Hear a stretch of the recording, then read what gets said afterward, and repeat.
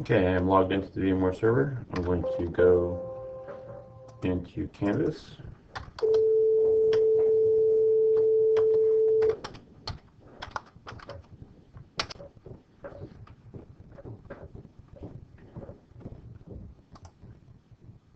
Okay. Into my NTD cloud, go into Canvas, go into our course.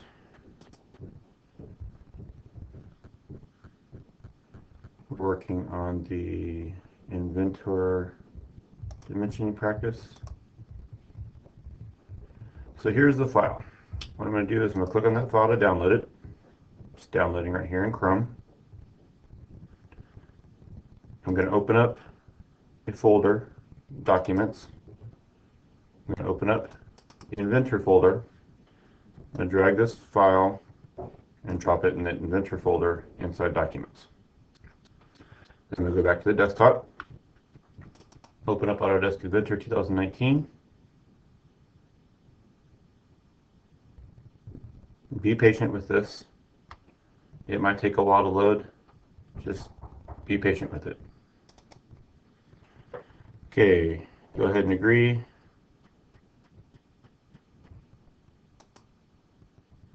It's going to verify your license. If you have a license error, don't worry about it. Just click Run. We're working on getting that fixed.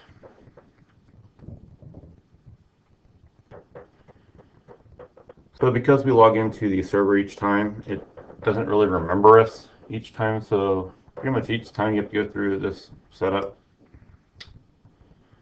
Gets a little old, but you'll get used to it. So just click Start Working.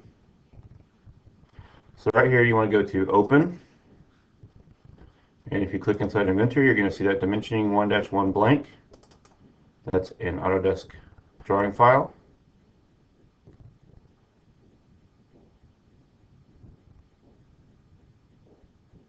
Again, be patient, let it load.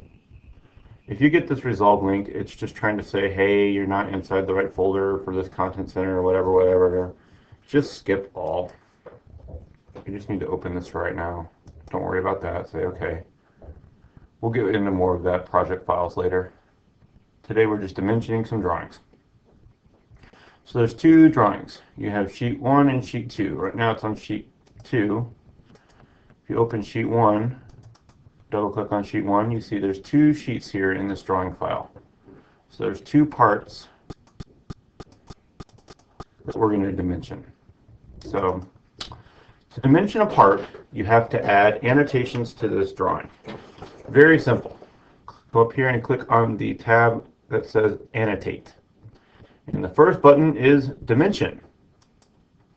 So when you dimension now, all you got to do is click some stuff. So I'm going to dimension on the front view to the features from right and left. From this feature to this feature, drag it up, and when it gets the dotted line there, that's the recommended place to put the dimension. So go ahead and click, and you're done. Say, okay, I like this, done. Now I'm going to dimension to the next feature, right above it, done. Now I'm going to get the overall width, done. I'm going to dimension between this feature and this feature, done. I'm going to dimension, I'm going to break a guideline. I'm going to dimension to the outside because it's cleaner over here. And you can do that occasionally. You don't want to do it every time, but you could do it occasionally. So I think I've dimensioned all the features here. I have my overall width. I have dimensions to the features I can see.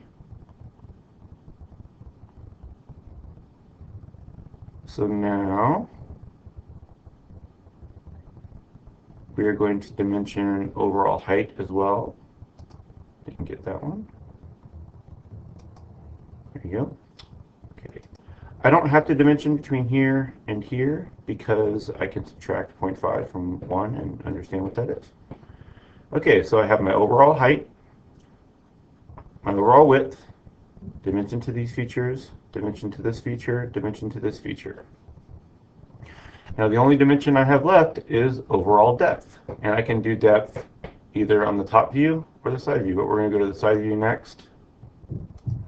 So we dimension overall depth, and we're done. Remember, fewer dimensions the better. Try to keep all your dimensions in between the drawings as much as possible. If you have to go outside on one, that's okay. One more thing I'm going to show you in sheet 2.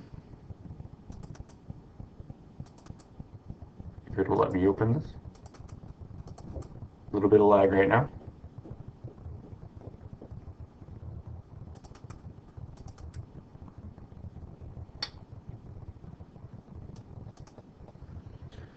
Okay, in sheet 2 now.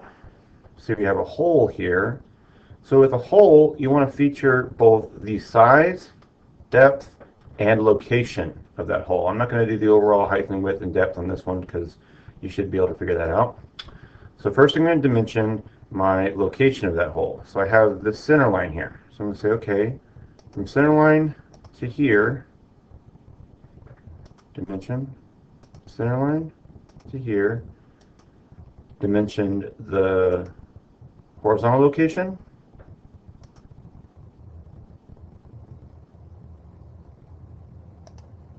and dimension the vertical location. Now I need to tell more information about that circle. I need to tell the diameter of the circle, or the hole, and the depth. So I'm going to add some leader text.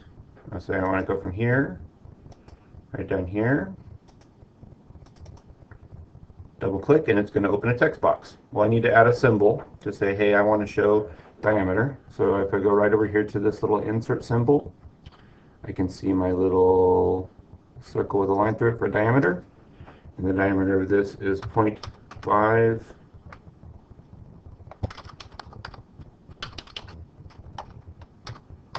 THRU for through, meaning all the way through. And on this corner right here, I want to add a leader text. Double click. R for radius is 0.25.